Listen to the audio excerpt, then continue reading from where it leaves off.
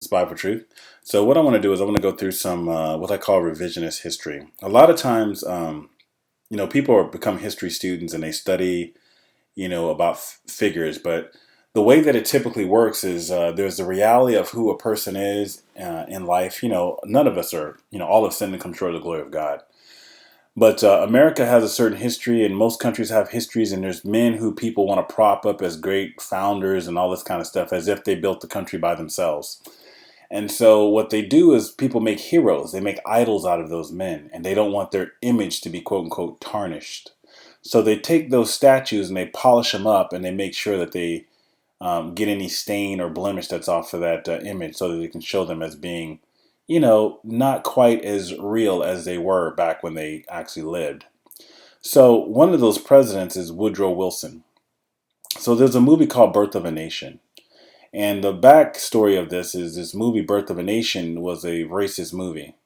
And the movie basically was showing and scaring people because what it wanted to do is it wanted to show that what would happen if, quote, people of, quote, color, quote unquote, got certain freedoms and were allowed to hold certain positions, that eventually it would come to the point where these people would do everything that was done to them.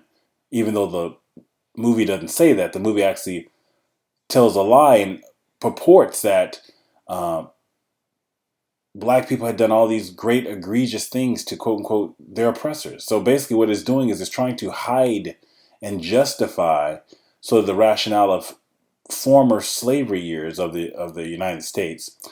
And then it's trying to basically rally the quote unquote citizens in fear mongering and what they call, racial biases. And so here's what they wrote. This is a guy who's basically, you can tell he's an apologist for Woodrow Wilson. Let me go and see if I go to the top here. I want you to see the magazine. I don't want you to see the site. Well, it doesn't. It says it's the WWPL blog WordPress. So this person wrote this September 2017. Okay, you see there it is right there, the blog. Okay. On February 18th, 1915, Woodrow Wilson, his daughters, his cabinets, and their wives gathered into the East Room of the White House for the first ever showing of a motion picture in the Executive Mansion. The film shown, Birth of a Nation, presented a racist picture of the post-Civil War South, which glorified the Ku Klux Klan. So he admits that's what the film is about. There's no question. After viewing the film, Woodrow Wilson was purported to have said, look, he purportedly had said, "It is like writing history with lightning, and my only regret is that it is all so terribly true." And then here's what he says. This is him adding this because he wasn't there, but he's going to say now what wasn't true. Because again, this was quoted on the film. You'd think that if this was not true, somebody closer to that time and era would have said, you know what? Why do we have in the film, the showing of this film, these quotes from Woodrow Wilson, the president, in the showing of the film? In the film, it's quoting Woodrow Wilson as saying that this film is true. Now this guy comes in 1915 and says, oh, Woodrow Wilson never said that. But you're like, well, wait a minute. Why is it in the beginning of the film? Why is it actually part of the film? So you telling me this guy just took it upon himself to quote Woodrow Wilson, who didn't support the film, but he quotes the quote president of the United States at that time. And nobody thought to say, no, you can't do that because he doesn't believe that. Does that make sense to anyone? At the time that Woodrow Wilson was alive, and this film was very popular, being shown all over, no one said, hey, you know what? Woodrow Wilson never said that. Take that quote out of the movie, which was at the beginning of the movie. Now they're claiming, oh, Woodrow Wilson never said that. But nobody took it out back at the time that Woodrow Wilson was alive. All those years they could have cleared his name. This guy comes now in the 20th century saying, oh, he never said that. Okay. So we go on, and it says, in fact, Wilson almost certainly never said that. It's either certainly or he didn't. Either he did. Look, he almost certainly never said that. What is almost certainly? Okay, anyway. So it shows, here's what's going to prove this guy. So this is going to prove how stupid they think We all are right here. Listen. The East Room of the White House, February 18th, 1915. Okay? The courtesy of the president, D.W. Griffith presents to the chief magistrate and his cabinet in a special private view his epic production, The Birth of a Nation. Listen. Founded on Thomas Dixon's historical novel, The Klansman. So on the invitation that goes to the president, that gets this private viewing, that I guess anybody can just kind of willy-nilly just be like, hey, I'm going to show a movie. What you doing Friday? And they just go to the president, show it in the private view in the White House with the supposed leader of the quote-unquote free world. And he can just waltz up in there and don't let him know what the movie's about, get the president's time, because the president's just hanging out, right? You get the president's time, you say, I want you, your wife, your cabinet, everybody to be there. Hey, what's this movie about? Don't worry about it. Well, I noticed on the historical, on this invite, it says The Klansman. Now, mind you, Woodrow Wilson's supposed to be a smart guy, right? He's one of the presidents, I think one of the first presidents or only presidents to have a PhD. Right? I think he was the president of Princeton or something like that. But what's amazing about this lie is all the stuff that Woodrow Wilson did during his presidency that aligns with this movie. But this guy's trying to pretend that that's out of his character. So we go on, and it says right here on the invitation that the movie Birth of a Nation is founded on Thomas Dixon's historical novel, The Klansman.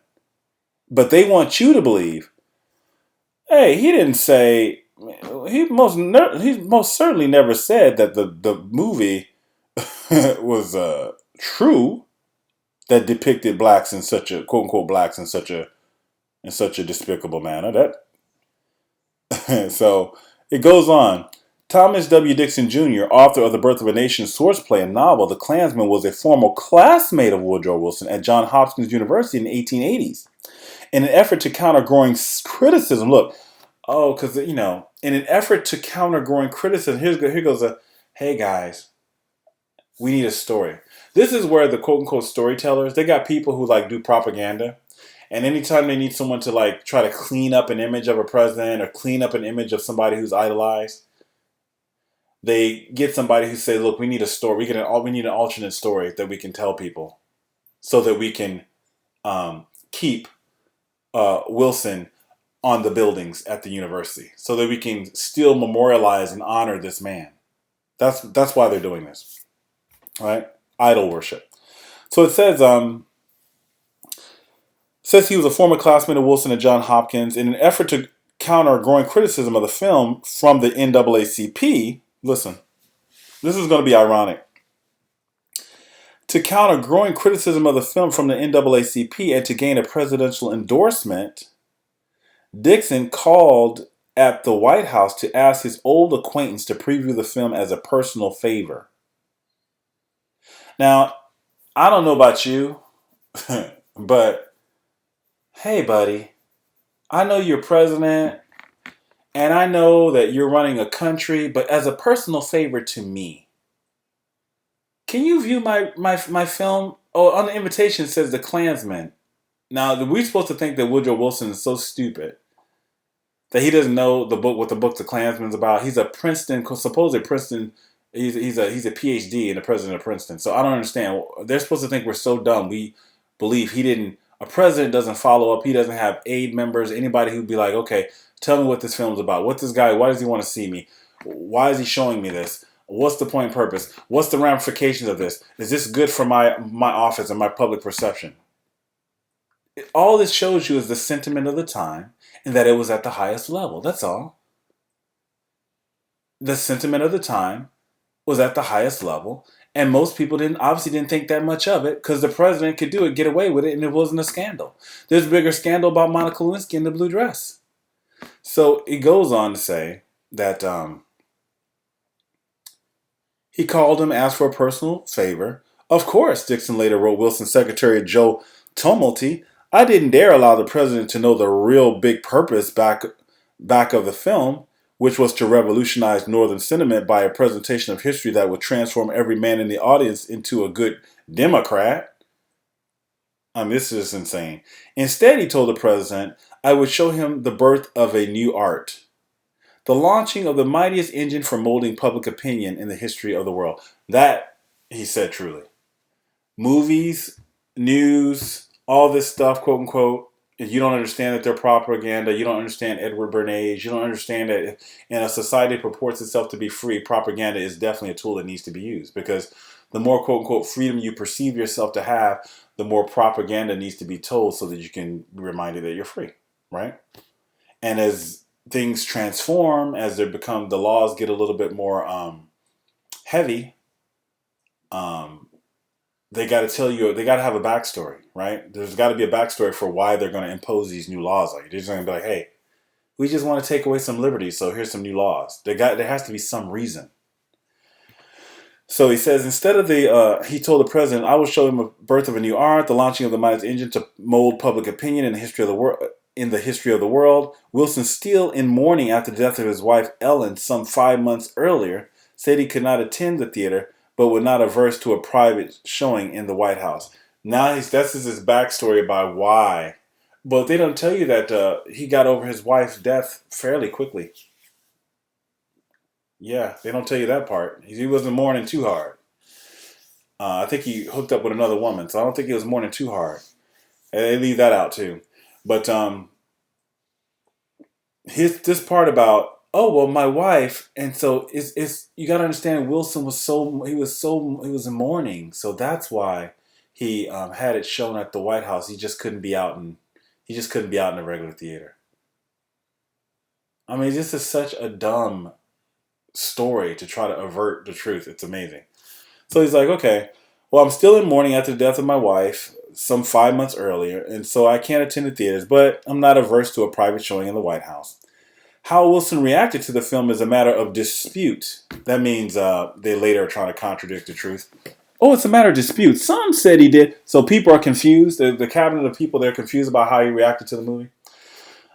It was 20 years before the quote. It is like writing history in lightning first appeared in print. In fact, Dixon did not even mention the quote in his memoirs. Others recall that Wilson did not pay much attention to the showing and left when it was over without saying a word. As agitation over the film increased, Wilson drafted a statement for Tumult to send under his name to a fellow Democrat. It is true that The Birth of a Nation was produced before the president and his family at the White House. We can't deny that part. But the president was entirely unaware of the character of the play before it was presented and has at no time expressed his approbation of it. Its exhibition at the White House was a courtesy extended to an old acquaintance.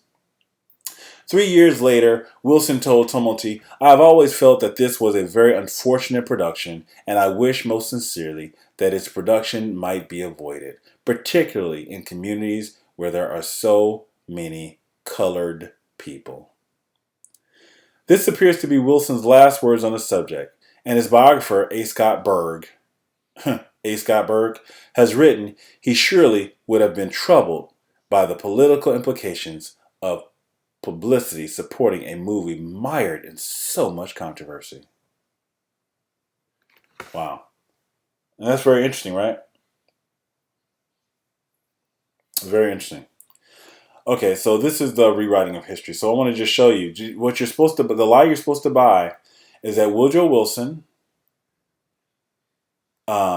he really objected to this showing of the content of this movie. He was unaware of the content and only did it as a personal favor to his friend, even though we have here the person who wrote this article was dumb enough to give us the invitation of the invite to the play, written on White House letterhead, East Room White House letterhead, Chief Magistrate and his cabinet. It's called The Birth of a Nation, founded on Thomas' historical novel, The Klansman, right there on the invitation. I mean, do they think we are... Guys, they think we are dumb as hell. They really do think you're dumb as hell. Let's see something. I want to type something.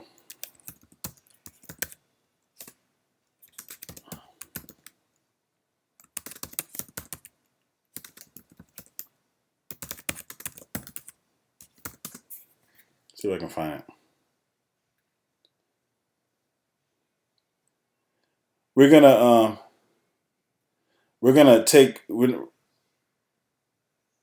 gonna take we're gonna avoid PBS because PBS, all these guys are gonna try to clean up his image. You know, so again, that's what they do. They try to clean up images. That's what they do. They clean up images after the fact. Okay, now that he's done his dirt, let's clean up his image. Okay, Woodrow Wilson was this is Vox, extreme racist even by standards of his time. Woodrow Wilson was an extreme racist even by the standards of his time. Listen to this, guys. Students stormed the office at the university, basically, and they're talking about how they don't think that he should be named on the buildings because he's at the buildings of this thing. So what they're showing was that they said how Woodrow Wilson, what he resegregated the federal government. Now these are facts, guys. That he, let's see, Woodrow Wilson resegregated the federal government. That's not some like, oh, that's just so out of line with the movie he saw. Okay? Easy, the worst part of the record of the president has been overseeing the resegregation of multiple agencies of the federal government, in which which had been surprisingly integrated as a result of Reconstruction decades earlier. At an April 11th, 1913 cabinet meeting. Now that's before the showing of the birth of a nation. Postmaster General Albert Burleson argued for segregating the railway mail service. He took exception to the fact that workers shared glasses, towels, washrooms. Wilson offered no objection to Burleson's plan for segregation, saying that he wished the matter adjusted in a way to make the least friction. Okay? Then it says Burleson and the Treasury Secretary at the time took Wilson's comments as the authorization to segregate. Okay?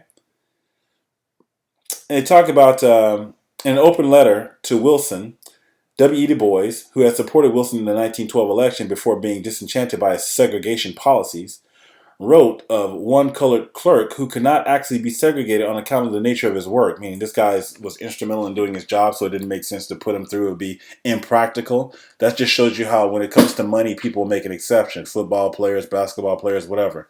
If you got that talent, they'll make an exception. And so he says he could not actually be segregated on account of the nature of his work, and consequently he had a cage built around him to separate him from his white companions of many years. That's right. Black people who couldn't logistically be segregated were put in literal cages. Outright dismissals were common. Upon taking the office, Wilson himself, listen, this isn't, so you say, well, Wilson himself fired 15 out of the 17 black supervisors in the federal service and replaced them with what you call quote-unquote white people. After the Treasury and the Post Office began segregating, many black workers were let go. The head of the Internal Revenue Division in Georgia fired all his black employees, saying there is no government position for Negroes in the South and Negroes' places in the cornfield. To enable hiring discrimination going forward, in 1914, the federal government began requiring photographs on job applications. Okay, how you guys liking LinkedIn now?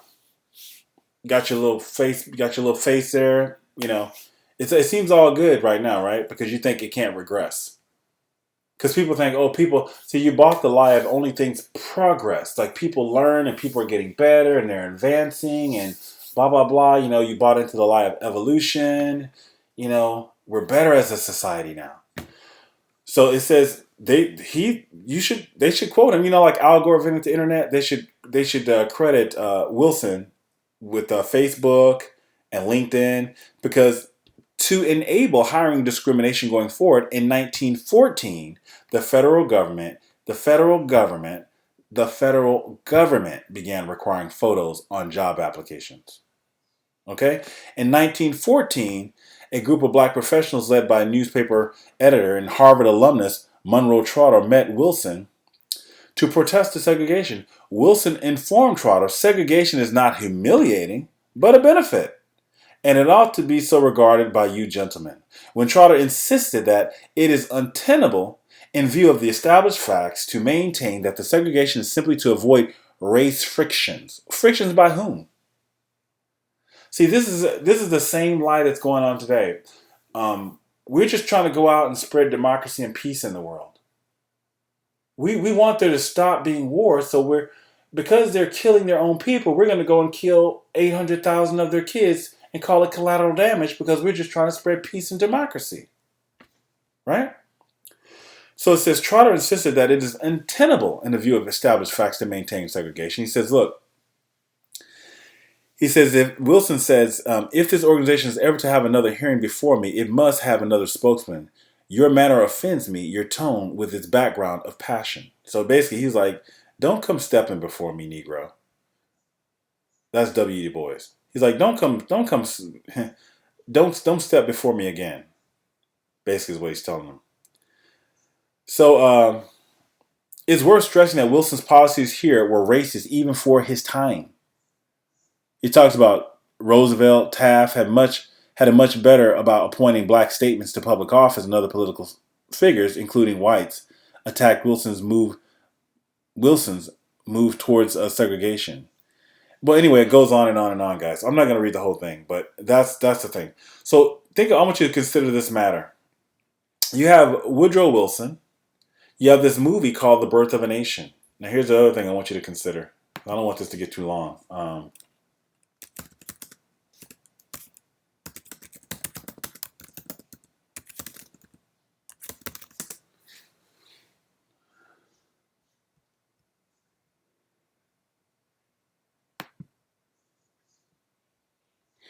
Now, you got to ask yourself one question.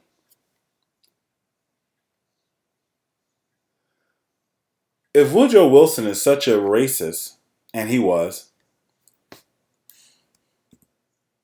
my question to you is, why would a racist, Woodrow Wilson, be pro-Zionism? Think about this. You got America, you got Britain, biggest supporters, American, Britain, elites. Really, when you say American, Britain, that's kind of generalizing because it's not, the American people don't have, there's not, the money of the American people is not doing anything. It's obviously it's a corporatocracy, it's a plutocracy. It's the money that's moving the world. It's making the world go around right now. So it's banker / money / corporate support of the government. That's who has the lobby. The corporate is considered like the corporations are considered like a person, and so that's who's really getting the candidates. That's who's really, the laws are getting, written by the corporations. They find somebody to sponsor it. They hand the law pre-written to them. They give them a lot of money. They promise them a position after their 10 years over in political office. That person becomes rich. The law's passed. That corporation gets a return on their investment exponentially. So you got this guy, President Wilson, back early in the 1900s, who was supposed to keep America out of the war, but magically got him into the war. And he's pro-Zionism. Now, all of a sudden, becoming a Jew is considered a race. And specifically, a Jew is considered to be the European Jews. Now, never mind in the book of Esther, in the very Bible that people claim to believe, many people from India to Ethiopia in India to Ethiopia, I think in 147 or something like that provinces became Jews in one day. But Jews are race, according to these guys. How can Jew be a race if people in 100 and something provinces became Jews in one day from India to Ethiopia? How can it be a race?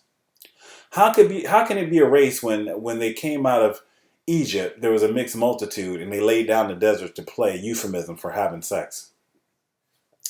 How can it be a race when Jacob and Esau were twin brothers? And Jacob, quote unquote, was called Israel and Esau was not. And God says, Jacob have I loved, Esau have I hated. How can it be a race? If it's based on race, he should hate both Jacob and Esau. It says that Jacob believed. It talks about how all these men had faith to believe the gospel preached before to Abraham. Blessed is the man whom God will not impute. How can it be a race, guys? Guess who's made it a race? Guess who's made you a race? Well, the Balfour Declaration. The British had some interest in establishing a homeland for the quote-unquote Jewish people, whom they established as being a race. You got video of Netanyahu saying things like, well, actually Hitler didn't want to really kill the Jewish people. He actually wanted them to leave. Then you're taking his word for it. This is the problem. You're taking his word for it. You know, let's assume everything that they tell you about the war was true. Everything. Let's just say everything is true. Let's say, because you don't want to be a denier. So you just say, I believe everything that you told me is true. Okay. Wars happen to all kinds of people all over, and people do atrocious things to people all over. How does that become Bible prophecy? How do you use the Bible and say, well, because of this, because now we've made it a race, we're going to fulfill Bible prophecy? Why is it that these supposed Christian Zionists don't believe when Jesus said, my kingdom's not of this world, and the children of the flesh aren't children of God, and it says Jerusalem above is free as mother of us all, and he says his kingdom, God's throne is in heaven, not here on earth. So the right of return would be those who are born again from the heavenly word of God, the seed which is incorruptible. And Jesus saying, my sheep never perish. He that liveth and believeth on me shall never die. The right of return would be, since you're born from heaven, Jerusalem above is free as mother of us all. He's saying you have a right to return once you're done sojourning here and being a light to all nations, which I thought, correct me if I'm wrong on this, I thought that the Jews, which aren't a race but a belief, and if you pervert any belief, that just means you don't believe what the true belief is. So the question becomes, what's the true belief? Because those who believe the truth, those are obviously Jews. Just like a person calls themselves, quote unquote, a Christian. The Bible says a Christian and a Jew are the same thing. It's only here in America that they established some little scheme and scam and said, no, actually they're two separate things. In fact, they're not only two separate things. Anybody can become a Christian, but anybody can. But you got to be born a quote unquote Jew, and that's according to the flesh, not according to being born again by the Spirit of God.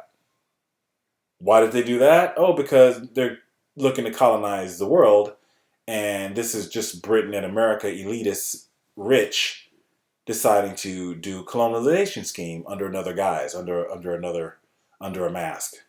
And they figured out how to protect and turn the table and say, we know that we've been doing dirt to a lot of people, and we happen to have a certain color skin. So what we're going to do is we're going to play that card now on our own behalf.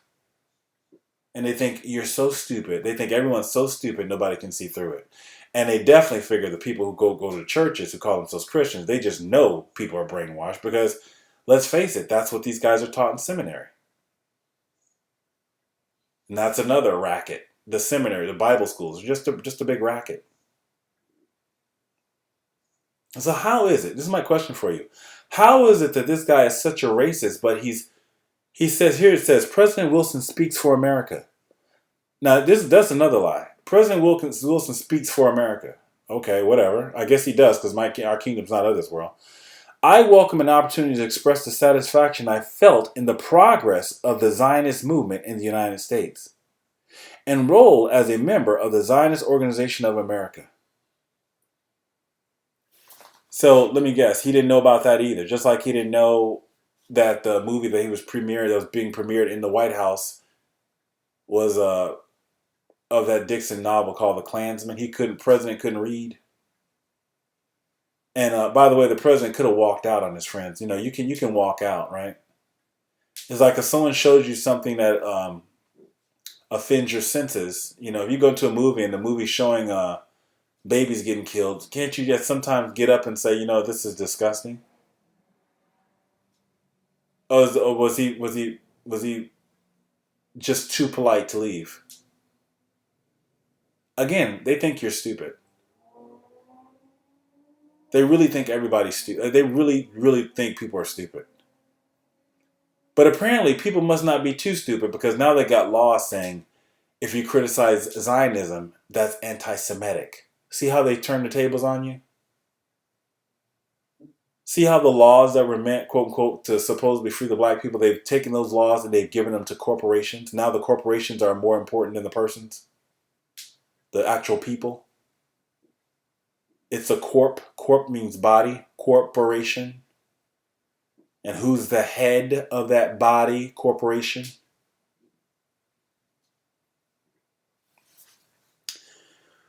So here you have this. You have Wilson, um, who's supporting Zionism, which is very interesting. Let's go visit this and see what this guy says something. I've never really noticed this. Man, these posters are expensive. Winning bid $759. Somebody bought that poster for $759, guys. Wow.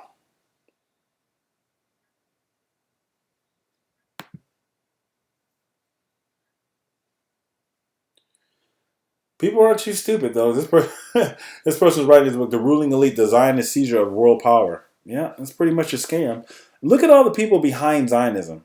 Notice it's Britain, the United States. Look at the countries supporting Zionism. It's the same countries that divided up the continent of Africa. Don't you notice that? Same countries that went into India. Same opium, the opium and all. Same, same. And I say countries, I don't really mean like the people individually, but I'm saying like when you think about it from the ruling quote unquote elite class of the countries it's the same exact folks. And now they want us to believe that they just love people so much. Pretty amazing. This is amazing stuff. I think I'm going to end it there because I don't want this to be too long. But let me see if this has any. Yeah, I think this is revisionist history. This is supposedly is a quote by Woodrow Wilson. "I am a most unhappy man. I have unwittingly ruined my country. A great industrial nation is conquered by its system of credit." This is when, oh yeah, he established the Federal Reserve. He helped get America into the Federal Reserve System. So you know how the whole money thing works. When you got someone else giving your money at interest, that money is worth less the minute you get it. So if the money is worth less the minute you get it, that in of itself means you're in interest. You're in debt to interest. So the more money you print, the more in debt you go. Well, the problem becomes if that money starts to lose its value, let's just put it this way: as inflation goes, that money buys less stuff. They're giving you that money. The money buys less stuff. You get in more debt, and therefore, because you're in debt and you have all this money, these things you got to pay with interest in depreciating dollars, things get more expensive. So you can't. You're being dug into a ditch. It's harder to work your way out. And so, in a system like that, where you get money and the money's depreciating, the only way you can win is to destabilize another person's country and get their resources for cheaper, because it becomes a who's holding that hot potato last, who's holding that currency last. You're holding that dollar before it goes because you keep passing it down as less and less. Well, for that dollar to be worth a lot in another country means you got to depress that country, right? For your dollar to go further in another country, that means that country has to be depressed to where that dollar is worth more. Hence, you got to destabilize that country's economy. Because if that country had its own economy and it was strong, then they wouldn't take your cheap dollar. They'd be like, "Why do I want your paper dollar? We got gold." Hence Africa. Hence all the other stuff. Hence Gaddafi. Hence all these people, right, get murdered. And that's where war profiteering comes in. War profiteering comes in because if anyone wants to challenge your system, your regime, your petrodollar system, then you can just go destabilize them, give some story of how they're crazy and harming their own people. Meanwhile, you got the biggest prison industrial complex. You got more people in prison per capita than pretty much any other nation. You're ranking less on the such and such. So there's all these things that go on, and people say, well, and here's the thing. Here's what a lot of people tell you: just because you point out the issues of a country you live in, if you don't like it, why don't you go somewhere else? Have you ever heard of that? They don't say that when they were, working those slaves in the field. If you don't like it, go somewhere else. But now they feel like because you have a voice, you shouldn't use your voice, but only the voice of the lobbyists and the people who want to buy off Congress. They can now. They can. Your voice. Basically, what they're saying is, shut up, be happy. At least you're not a slave anymore. That's basically what they're telling you. They're trying to just, that's in essence what they're saying is without saying it. And typically you hear this from people whom the system's working okay for them. Because like in most historical situations, people never see the issue until it hits them personally. And so their whole thing is if it's working for you, how can you have empathy for other people? That's basically what they're trying to say. Why would you have empathy if you're doing okay, if you're living in California, in a beach coastal community, if you're living here, why would you have empathy for someone else? Why are you complaining? Don't worry, be happy. Enjoy your life. Like, why are you even concerned with it? Well, that's weird for a person who calls himself. I can understand if you're an atheist saying that. You're like, whatever. But if you call yourself, quote unquote, Christian, and your whole mission and purpose is to do what?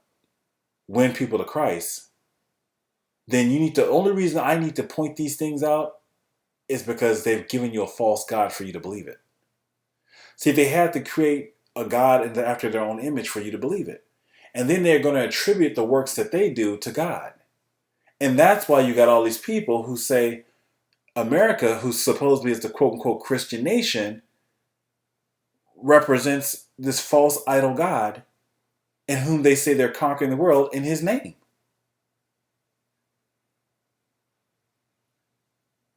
And so as a person who's a believer, I got to go and say, you know what? That is a false God.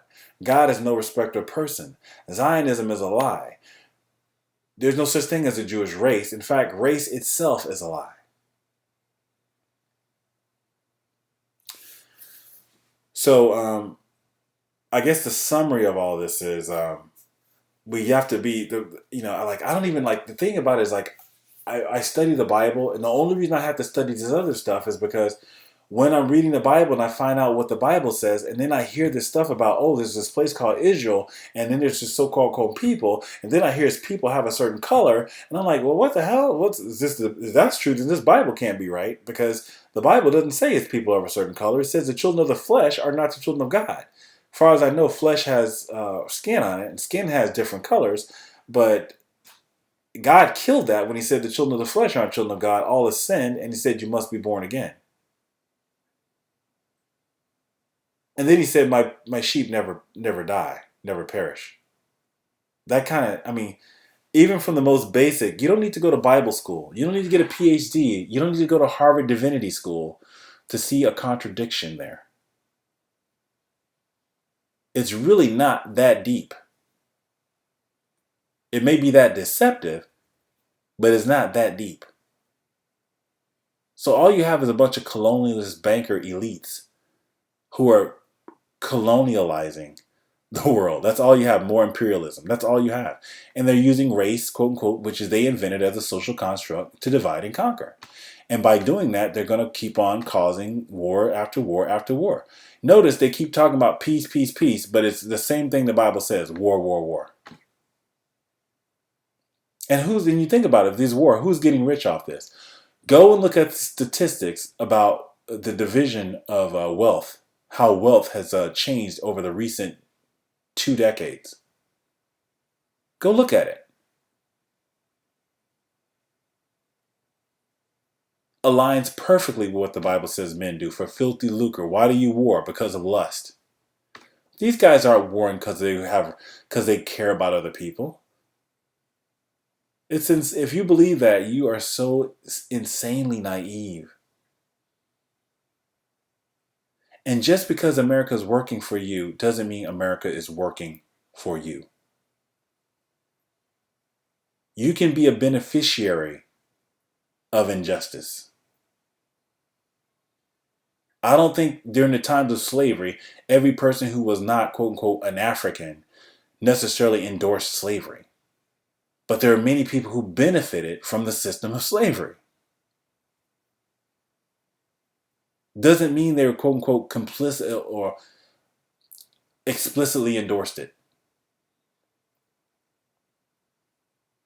Just like all the wars that the government goes through right now, does that mean you approved of the war in Iraq?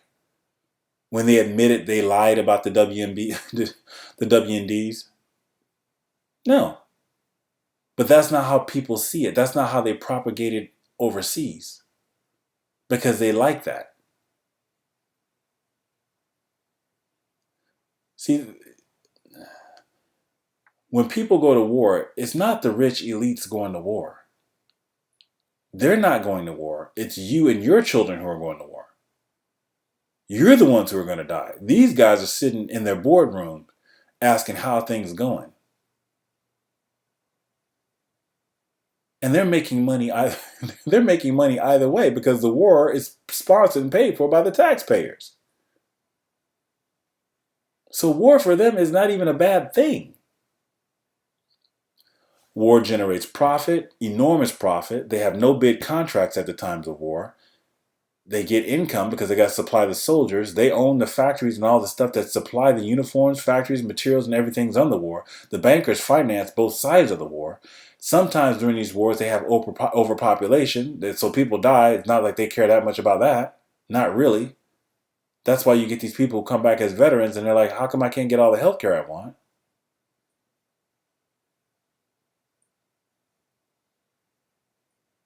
And then once the war is done, they end up controlling the land of the place that they conquered, putting in a regime that supports their policies, and then they end up stripping the resources of that country to benefit the people, the corporations, and not they don't even do.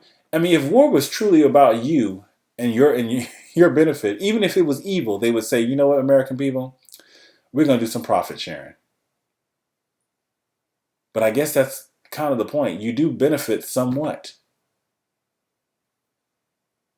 but actually you don't in the long run, because in the long run, what goes around is going to come around. It's going to bite you. It's going to bite you. And see, the rich elite know that. They know that. That's why they got this scam going on. Because they're like, we've been colonizing and doing this stuff. So what they did is they said, you know what? We may look a certain way, you know, even though it's not all people who quote unquote or look quote unquote white, because again, race is just a stupid divide and conquer. But they happen to have maybe a certain color skin. Some of them. And so they figure, well, let me just divide and conquer so these people below me can fight amongst themselves, but they will never, ever, quote, look up. So they say, well, you know, the reason that you guys are suffering is because of those damn immigrants. Well, are you guys employing immigrants? Illegal immigrants? No. Right? Oh, the reason you're suffering is because of affirmative action. Really? Oh, the reason. Well, wait a minute. Who's outsourcing the jobs? Great patriots. So they just think people are stupid, and they think people are such non-critical thinkers. They think, you know, Americans are so brainwashed and so consumed with the let them eat cake, you know, MMA fighting, porno, whatever. They figure we're so distracted, and as long as we, you know, get our next trinket, they're like, these Americans are gonna, they're not gonna care. They're not gonna evolve. As long as they have their daily whatever, and they will supply us with whatever they need, and then they give you just enough so that, you know, that's the whole point of welfare. That's the whole point of government assistance. It's not because they love you. The reason they give you government assistance is so that you don't revolt. They know that a person who's starving gets desperate and do desperate things. And you get enough people who are starving, pitchforks come out. So they say, let's get a program so that these fools won't revolt. And let's just create this left-right paradigm, Republican, Democrat, Republican, Democrat, Republican, Democrat. Princeton did a study and showed that Princeton did this. Princeton, Woodrow Wilson's, you know, alma mater or whatever he was the president at, did a study and showed that your vote doesn't count for anything. And then they showed that the votes by money. They said money is what moves the vote. Money is what the things that get done. They said they basically had two axes, and they said if you lived in a true democracy, the more people wanted something should equate to what is actually being done. Meaning, If more people were for a certain policy or for a certain law or for a certain whatever, that should be reflective in the laws and things that are passed and the actions of the government, things that get done. They said it doesn't. It does. There's no the correlation is not there. They said, but there is a correlation with big money, corporations, which also correlates with the big divide between the disparity between the riches and wealth. So if in America where people are fairly more wealthy than most people around the world, imagine how bad it must be for other people whom we've screwed over with our military warmongering. And of course they're going to tell us that we're doing a good thing because what the hell else are they going to tell you? They're not going to be like, hey, we're going over to conquer and steal people's money. And by the way, these soldiers, they go and they do atrocious things while they're over there. They're not going to say that. And nobody wants to believe that. And they know that.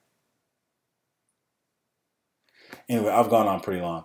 So again, this is more about believing the gospel. It's about understanding God as a spirit who came in the likeness of sinful flesh. God's not a man that he should lie, neither the son of man that he should repent. God can't die. See, that's the Catholic lie. God died. God did not die. It says the man, Christ Jesus, died for our sins. And it says God raised him from the dead and put the devil to an open shame to prove that he had the power over death. God has the power over death. That's the whole point. And if you doubt all this, just go to 2 Corinthians 4:18, where it says the things which are seen are temporal and the things which are not seen are eternal. Well, God's eternal. That means he's not seen. He has an eternal kingdom, which means it's not seen. And his sheep or his children have eternal life. Not seen. Each produces after its kind. God's children are not children of death, sickness, and all the other stuff that we're seeing in this world. Hence, that's why I don't even count my flesh, even though I'm born again.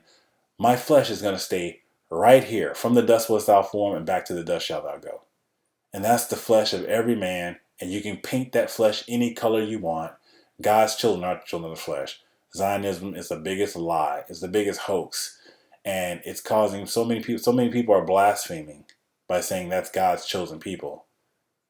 Because they're doing it two ways. They're doing it for the quote Zionists, and they're doing it for the Christians too. And you got the fake Christians, and then you got the fake Zionists, and you got all the other fake religions around the world. So it doesn't really matter. Like the whole notion. See, if they told you the true picture of who God really is, and that is truly no respecter of person, and that you just need to believe him and not believe on yourself and not believe on your own righteousness, and that it's a free gift, not of works. Well, that'd be the worst thing that they could ever imagine, right? That would be the worst thing that these guys can imagine. Why would that be the worst thing that they can imagine? Well, because if I can throw more laws on you, then I can add more penalties to laws. Because my whole point of throwing a yoke on you is so that you can produce. I mean, in a corporate, see, for them, it's all about utility. What's your utility score? If you're not producing in a manner that I see fit, then I don't consider you worthy of taking up space. So either you go to the prison and become a prison slave, or you stay out and be a wage slave. But if you can really produce and reward the system, the more you pay the house master, the more benefits you get and the more freedom you get. It's a correlation. So their whole point is to get men to relish in their flesh and to be proudful, because they think, well, if they're divided against themselves, one, they will compete. And when they compete, I can use that to bring down the wages. And anytime they get a little too uppity, all I got to do is infuse more supply of workers, which will bring down the wages. And then they always play, then they do the whole left, right, us, you guys against these guys. But you're like, wait a minute. No one ever looks up. No one ever looks up and says, wait a minute now, they're playing us. The same guys who, see, these guys who call themselves white, they're playing their quote unquote white brethren too. They don't care about anyone. There's not, this whole race thing, again, they will stratify and give more benefits and say, okay, you're part of the class, help to insulate me against the quote unquote other people. So to that extent, people have bought the bribe. But see, Americans in general have bought the bribe, right? Our quote, quote, black American, quote, whatever, black Americans have bought the bribe too. Because there's this, see, it's all about tribal identity, right? American exceptionalism, like, oh, we're all Americans, right? But then within America, there's sub-tribes, right? Subdivisions. But it all serves the greater purpose, right? Divide and conquer. And that's why Jesus said, my kingdom's not of this world. Because Jesus saw through this stuff. He saw through the Pharisees, and he said, you know what? They said, if this man goes on like this, everybody will believe. So what did they do? They killed him. Because they're like, we're looking for an earthly kingdom. And he's like, my kingdom's not of this world. And they said, well, this fool, he's going around telling people my kingdom's not of this world. He's going around telling people that we're of the devil. He's telling people they got to be born again. He's telling people that the flesh profited nothing. He's telling people that let whosoever come. He's saying, if you don't believe that I am he, you will die. It's like, if this guy keeps talking like this, we're going to lose credibility, and we're going to lose status, and people are not going to idolize and worship us, and then they're not going to pay the temple tax, they're not going to bring all the money to us. We're the money changers. People are going to stop. They're not going to buy into the whole system, and then they're going to be thinking that salvation is free. We got to kill this dude. And the irony of it is, they said when he said, before Abraham was, I am, they're like, you're not yet 50 years old. Who are you to say before Abraham was, I am? See, they're thinking about the flesh, not understanding that it was God speaking in him, God in Christ, who's a spirit. He was speaking as God is the spirit, not because you can't see God. He came in the likeness of man. So they're like perplexed, and they're like, well, you're just a man. But wait a minute, doesn't that go against their whole claim? If they're saying that he's not God's children, he's not God's son by the flesh, how then can they claim to be God's children by the flesh? And then not only by that, by the race of a certain flesh. So now they painted God a certain color, and they made him flesh. And things that are seen are temporal. And that makes no sense. So these things, if you actually thought about it, the problem is the quote-unquote pastors go to seminary school, and the seminary school is a big propaganda machine too. Those are your priestly class. They got this stuff covered. They got what they call the three-legged stool, or whatever you want to call it. They got this thing covered. They got the history books of indoctrination.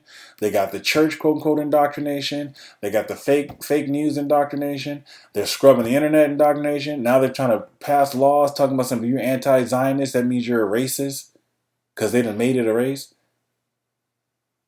They got this thing covered. These guys are coordinated. Do you think you're thinking this is a small operation? You think these laws that they just throw up, they just organically grew and they just pulled them out of nowhere all of a sudden? They got this thing covered. People overseas know it. Even though they may be deceived by them, people overseas see it. Americans can't see it because they're the fish in the they're in the vacuum. They don't know that they can't see they're drowning in lies. They're swimming in lies, but they can't see it because they're in the tank. Because it's always easier, even for myself, it's always easier to see the problems in somebody else's household than your own. But they got this thing covered. These lies are very well funded. It's big business. And I think you're going to see a lot of changes in America. I mean, there's been a lot of changes already, but you're going to see a lot more changes coming up here in America on the horizon. All right, praise my Lord and Savior Jesus Christ, amen.